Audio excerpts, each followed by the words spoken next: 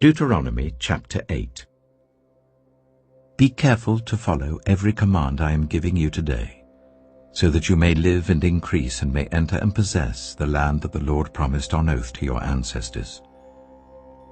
Remember how the Lord your God led you all the way in the wilderness these 40 years to humble and test you, in order to know what was in your heart, whether or not you would keep his commands.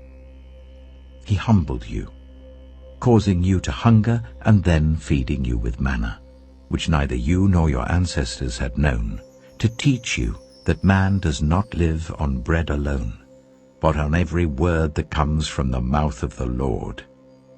Your clothes did not wear out, and your feet did not swell during these 40 years.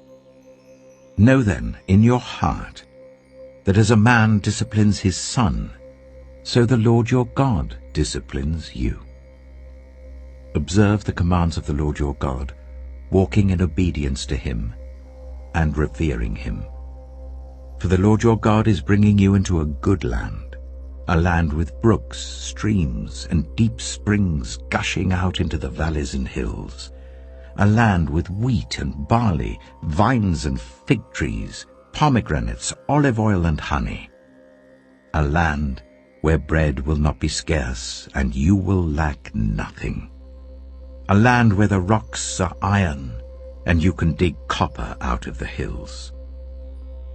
When you have eaten and are satisfied, praise the Lord your God for the good land he has given you. Be careful that you do not forget the Lord your God, failing to observe his commands, his laws, and his decrees that I am giving you this day.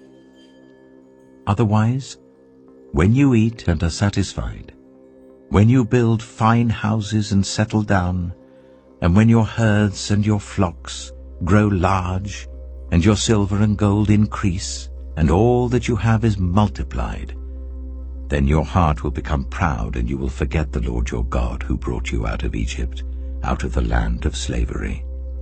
He led you through the vast and dreadful wilderness, that thirsty and waterless land, with its venomous snakes and scorpions.